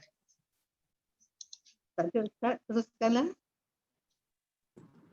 Puan Asia, Puan Aminah. Ustaz, Kak Syida cerah lagi berkenaan dengan solat, doa solat duha kan, ada pernah baca dengan hadis, baca dia lain bacaan dia. Rabbil firli warhamni wa tub alayya innaka antat tawwabur rahim. 10 kali setiap kali lepas duha. Itu hadis yang sahih ke macam mana Ustaz? Terima kasih Ustaz. Baca macam mana Kak? Rabbil firli warhamni wa tub alayya innaka antat tawwabur rahim. Okey, itu baca macam mana? Selepas solat duha. 10 kali baca. Okey. Macam saya sebut tadilah, tidak ada satu pun hadis yang sahih berkaitan dengan salatul duha, khas untuk salat duha. Nak baca doa apa pun boleh, baca doa tadi pun boleh. Rabbi firli warhamni wa tub alayya innaka antat tawwabur rahim, silakan. Ada hadis sahih, Nabi baca Rabbi firli wa tub alayya innaka antat tawwabur rahim. Kalau Rabbi firli warhamni wa tub alayya tu saya tak tahu, tapi kalau Rabbi firli wa tub alayya innaka antat tawwabur rahim, memang ada hadis yang sahih, tapi bukanlah untuk salatul duha. Kalau ada pun hadis yang dhaif, ada satu hadis yang boleh kita baca. Sekejap. Sorry, ini okey, bukan. Maknanya untuk khas bagi salatul duha tidak ada. Tapi nak baca doa apa pun silakan. Boleh Kak Ya Ustaz, boleh Ustaz. Saya dah driving Ustaz. Driving. Terima kasih Ustaz. Drive. Okey. Assalamualaikum Ustaz. Waalaikumsalam. Puan Azlina. Ya, saya nak tanya dalam doa, tapi doa juga, tapi bukan dalam istikharah lah. Kalau macam kita ada contoh kata macam group WhatsApp ke apa, lepas tu kita macam ada orang yang macam minta doa, macam bagi tahu yang dia dalam kesusahan, minta didoakan untuk dia dengan keluarga dia ke macam tu. Okey. Boleh ke? Oh, dia susah, dia pun minta kita doakan dia. Kira macam kita kan dilarang untuk meminta-minta kan? Kita dilarang meminta-minta? Tak, maksud saya kan kita kalau boleh kita tak boleh minta-minta dengan orang. Okey, tapi sekarang ni kita minta orang doakan kita. Tapi sekarang kita minta doa. doakan saya macam tu kan. Okey, baik, terima kasih Puan Nazrina. Yang kita dilarang meminta-minta dalam perkara yang boleh menjatuhkan maruah. Contohnya meminta sedekah dalam keadaan kita ada kemampuan. Kecuali kita tak ada kemampuan, kita nak minta sedekah, tu lainlah. Itu pun kita minta dalam keadaan terhormat, kita minta dengan kawan baik sebagai contoh, dengan orang yang boleh dipercayai, itu tak apalah. Okey, baik. Tapi kalau kita meminta perkara yang tidak menjatuhkan maruah, tidak ada masalah. Sebagaimana kita meminta doa, doakan saya, tidak ada masalah. Bahkan kita dengan senang hati pun mendoakan dia, paling kurang menyebut barakallahu fikum, semoga Allah memberkati kamu dengan niat semoga kebaikan untuk kamu bertambah ruah. Ya. Dan antara doa yang terbaik untuk diamalkan, kita ni tak tahulah nak doa macam mana lah, aku ni pun tak tahu sangat doa nak disebut. Maka doa yang terbaik yang boleh diamalkan ialah Rabbana atina fid dunya hasanah wa fil akhirati hasanah wa qina azabannar. Tuhan berikanlah kami maknanya aku dan dia, kebaikan di dunia, kebaikan di hari akhirat, dan jauhkan kami daripada azab neraka. Itulah doa yang terbaik yang boleh kita berikan kepada orang yang meminta doa daripada kita. So boleh puan ya, tidak ada masalah. Ada satu, saya nak tengok satu tempat tu mana dah.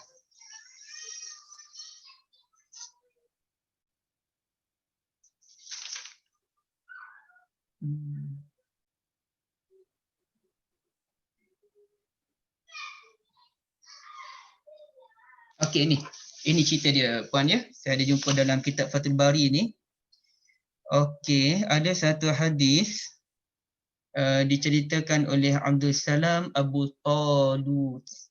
Dia cerita, kunna inda Anas radhiyallahu anhu faqala lahu Thabit. Saya ada duduk di sebelah Anas bin Malik satu ketika. Masa tu murid kepada Anas namanya Thabit. Maksudnya Thabit Al-Bunani rahmatullahi alaih berkata, inna ikhwanaka yas'alunaka an tad'u lahum. Sesungguhnya kawan-kawan kamu memohon agar kamu mendoakan mereka. Itu bukti. Orang minta doa. Maknanya orang minta Anas mendoakan mereka. Maka Anas pun berdoa. Allahumma atina fid dunya hasanah. Allahumma atina fid dunya hasanah wa fil akhirati hasanah wa qina azabannar. Jadi dia doanya tadi, Allahumma atina fid dunya hasanah.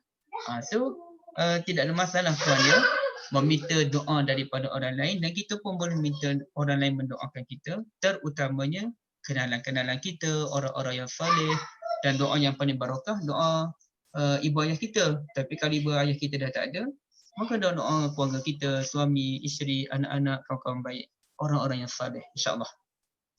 Baik.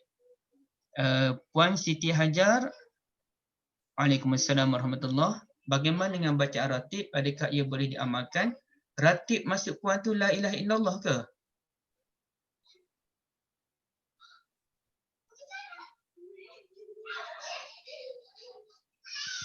Puan Siti Hajar, boleh tak puan respon di secara lisan ataupun di chat?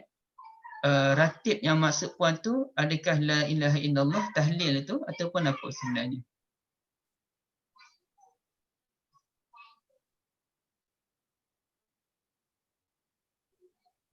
Okey, baik. Sementara saya tunggu jawapan daripada Puan Siti Hajar. Ada soalan lain?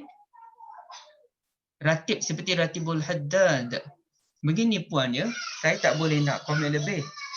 Nanti timbul isu kontroversial. Tidak ada masalah pada asasnya untuk membaca sebarang amalan ulama termasuk Ratib Al-Haddad. Tidak ada masalah.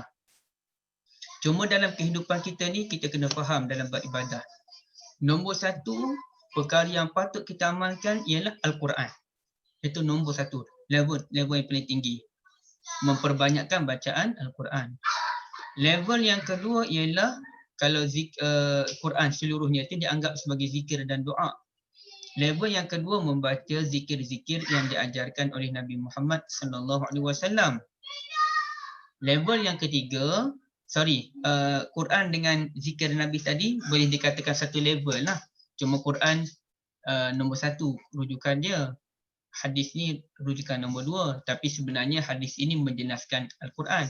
Dia saling berkait antara satu sama lain. Yang ketiga ialah barulah pergi ke zikir ulama. So kalau puan nak amalkan zikir ulama seperti Ratibul Haddad, saya tak pernah buat kajian tentang Ratib Haddad, okey tak okey saya tak tahu. Tapi kalau nak amal, asasnya tidak ada masalah. Yang kedua, tetapi jika Puan Siti Hajar ataupun mana-mana kalangan kita beramal dengan zikir alim ulama, menyebabkan kita kurang membaca Al-Quran ataupun membaca zikir yang diajarkan oleh Nabi SAW, saya syorkan tinggalkan zikir tersebut, bacalah Al-Quran, bacalah zikir Nabi. Sebab saya dah tanya beberapa orang, bila nak baca benda-benda ni yang diajarkan oleh ulama ni, agak-agaknya sempat tak nak baca benda yang lain. Walaupun yang ulama ajar tu kadang-kadang Quran, contohnya Yasin Fadilat. Yasin Fadilat tu Quran lah, surah Yasin. Tapi dia fokus pada surah Yasin je, dalam hampir 6 muka surat tu dia tak baca yang lain. So dah ada kaedah dia baca sampai ayat sekian, berhenti baca doa. Kemudiannya ulang balik. Jumpa ayat sekian baca doa, ke depan lagi baca doa balik. So Yasin Fadilat ke Yasin apa tu, lama ada orang datang. Sekejap je boleh? Sekejap je.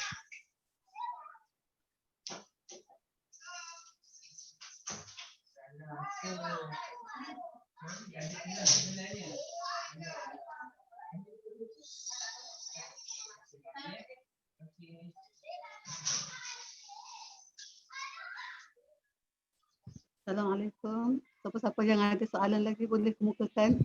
Okey, Kak Ros, sorry Kak Ros. Ada orang datang rumah, saya tak sempat, rumah saya tak ada pula. Kak Ros cuma ajukan siapa-siapa yang ada soalan lagi boleh kemukakan soalannya. Okey, baik. Jadi macam contoh Yasin Fadilat tadi, walaupun ia Yasin dan baca Al-Quran, tapi kerana ia sudah jadi amalan, akhirnya kita kena tanya, bila kita baca Yasin Fadilat tu, masih lagikah kita membaca surah-surah yang lain? Masih lagikah kita membaca hadis zikir-zikir yang diajarkan oleh Nabi SAW sebagai contoh? Kalau makin kurang, saya cadangkan tinggalkan zikir-zikir yang diajarkan oleh ulama. Tinggalkan. Itu cadangan saya ya. Contohnya, saya sendiri pun duduk baca Yasin Fadilat dalam beberapa tempoh, sebulan 2 bulan. Akhirnya saya tension. Naik Quran, baca Yasin Fadilat, mana-mana Yasin Fadilat. Akhirnya kita kurang dalam buat bacaan Quran. Akhir sekali saya tinggalkan Yasin Fadilat. Alhamdulillah, baru saya lega. Saya dah amal Hizib Nawawi, Hizib Bahar, pagi sekali Hizib Nawawi, petang Hizib Bahar sebagai contoh. Tapi ia menyebabkan gangguan. Sedangkan yang diajarkan oleh Nabi, bayangkan. Subhanallah wa bihamdihi 100 kali setiap hari. Itu pun dah tak terbuat. Selawat kepada Nabi SAW berapa banyak. Kemudian bacaan sebagai contoh la ilaha illallah wahdahu la syarikalah lahul mulku wa lahul hamdu wa huwa ala kulli syai'in qadir 100 kali. Itu pun tak terbuat. Saya sendiri tak terbuat. Tapi kalau saya tambah zikir yang lain, lagi-lagilah saya tak terbaca zikir yang diajarkan oleh Nabi. Maka meninggalkannya lebih baik. Maksurat puan tidak ada masalah. Maksurat yang sebenarnya bacaan datang daripada Nabi SAW. Cuma kemudian disusun. Contoh Nabi baca Bismillahirrahmanirrahim la yadurru 3 kali pagi, a'udzu bikalimatillahi tammati min syarri ma khalaq 3 kali pagi. Maka disusun semuanya. Kita pun bacalah pagi sekali, petang sekali, tidak ada masalah. Tanpa kita menafikan mungkin ada isi kandungan maksurat itu dia bukannya bersumberkan hadis yang sahih. Maka kita tidak ada masalah kerana sebenarnya maksurat bererti bacaan-bacaan bersumberkan sunnah Nabi SAW. Sebab itu namanya maksur. Maksur ni artinya benda yang datang daripada Nabi. Puan Nazrina tanya, adakah zikir Rabbani itu diajarkan oleh Nabi kita? Macam mana zikir Rabbani ya? Saya tak tahu. Okay. Sama Puan Hajar ya. Puan Nazrina bercerita tak zikir Rabbani? Yang apa tu? Istighfar 100. La ilaha illallah tu 100. Hasbiyallah 100. Apa lagi? La haula wala. Dalam satu hari ke ataupun mengikut hari? Dalam satu hari, maknanya semua 700 lah. Oh, semua tu. Okey, gini Puan. Itu pun saya tak tahu datang dari mana sumber dia. Kalau dia ajar macam tu, istighfar 1 kali, la haula wala quwata illa billah 1 kali, apa tu, Dia tidaklah panggil ada. zikir Rabbaniyah. Tidaklah ada datang daripada Nabi, direct Nabi ajar tu 1 kali, 1 kali, 1 kali gitu. Adalah zikir yang Nabi sebut 1 kali. Contohnya subhanallah wa bihamdihi, siapa yang baca 1 kali setiap hari, diampuni dosa kecil walau sebanyak buih di lautan. Itu adalah. La ilaha illallah wa la syarikalah tadi pun 1 kali pun ada diajarkan oleh Nabi. Tapi sekarang ni untuk menentukan istighfar 1 kali, hasbiyallahu wa ni'mal wakil 1 kali, la haula wala quwata illa billah 1 kali, itu tidak ada diajarkan oleh Nabi. Okey, persoalannya sebahagian ulama dia buat begitu, mungkin yang buat ni ulama tertentu lah wallahu alam, untuk mendisiplinkan kita. Sebenarnya bukan ada fadilat ke? Kalau dalam tu dia cerita tak ada fadilat apa pun. Cumanya sebab kami tengok Nabi ni berzikir banyak, istighfar banyak. Nabi pun ajar aksiru mil Nabi kata banyakkan bacaan la haula wala quwata illa billah kerana ia khazanah syurga. Nabi pun kata Nabi pun amal bacaan hasbiyallahu wa ni'mal wakil. So kita pun disiplinkan. Aku ni ini bacaan wajib aku pada setiap hari. Yang ni 1 kali paling kurang, yang ni 1 kali paling kurang, yang ni 1 kali paling kurang, semuanya datang dari Nabi SAW juga. Cuma Nabi tidaklah baca direct 7 kali begitu. Nabi baca ikut cara Nabi. Cuma kita sahaja nak disiplinkan diri kita, maka ia dibenarkan. Tidak ada masalah. Yang penting ia datang dari Nabi SAW. Contohlah. Tapi kita jangan buat melanggar kaedah. Contohnya kita ni, malahnya baca subhanallah 33 kali lepas salat. Saya cerita ni bukan saya amal. Contoh. Kita malas baca lepas solat subuh, subhanallah 33, alhamdulillah 33, Allahu akbar 33. Kita nak baca pukul 12 tengah hari lah. Bukan baca lepas subuh. Kalau begitu tak boleh, itu langgar kaedah. Kaedahnya lepas subuh, kaedahnya lepas zuhur, kaedahnya lepas asar. Kecuali kita kalut lagi tu pukul 12 baru ada kesempatan. Tu tak apalah. Tapi kita sendiri buat kaedah. Kita buat kaedah pukul 12 baru aku nak baca. Itu tak boleh. Sebab kita telah melanggar sunnah Nabi SAW. Jadi yang tadi tu secara umumnya Puan, zikir Rabbaniyah tu secara umumnya insya-Allah boleh. Sekiranya ia memang zikir ajaran Nabi SAW. La bas. Tidak ada masalah. Baik, mungkin ada soalan yang akhir? Zikir yang paling dituntut oleh Allah ialah bacaan Quran, Puan Aminah. Sahih. Bacaan Quran dan hadis, ya, bacaan Al-Quran dan hadis.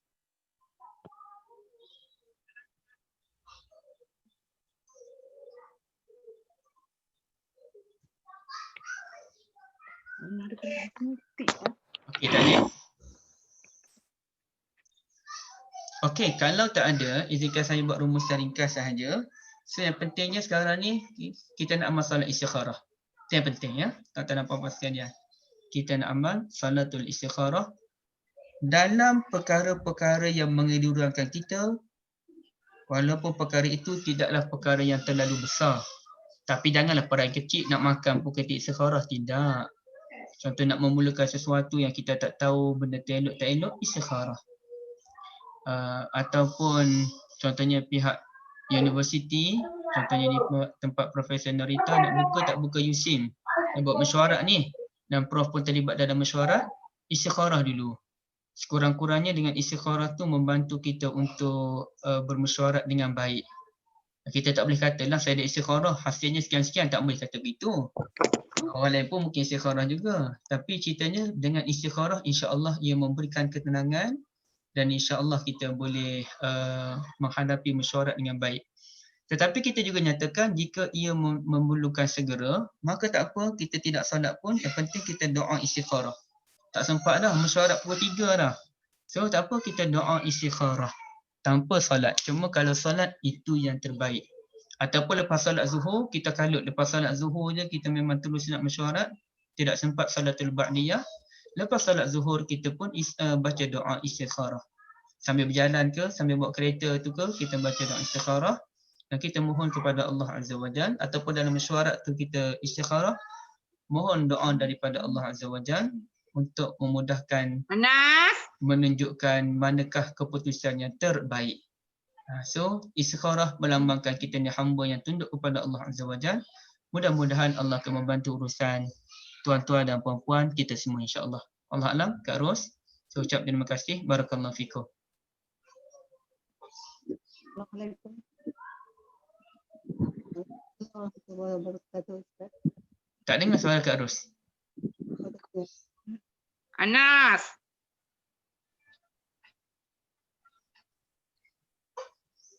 Okey, kita boleh berhenti sini Kak Ros eh? Ya, boleh insya-Allah. Okey, baik. Assalamualaikum warahmatullahi wabarakatuh. Waalaikumsalam warahmatullahi wabarakatuh. Terima kasih semua ya. Assalamualaikum warahmatullahi wabarakatuh, Ustaz. Okay, terima kasih. Sahabat yang berada dalam guru ni. Jazakallah, Ustaz. Okey, jazak. Semoga kita semua dapat beramal dengan curahan ilmu yang Ustaz curahkan pada kita pagi ini. Dan selama ini kita menganggap istikharah itu adalah untuk perkara-perkara yang terlalu besar sahaja. Dan kita tidak mengamalkannya dalam perkara-perkara yang selalu kita hadapi setiap hari, tapi kita tidak menganggapnya itu perkara yang patut kita meminta pertolongan daripada Allah. Terima kasih semua. InsyaAllah kita jumpa lagi. Sama-sama Kak Ros. InsyaAllah. InsyaAllah Kak Ros. Assalamualaikum. Assalamualaikum. Assalamualaikum.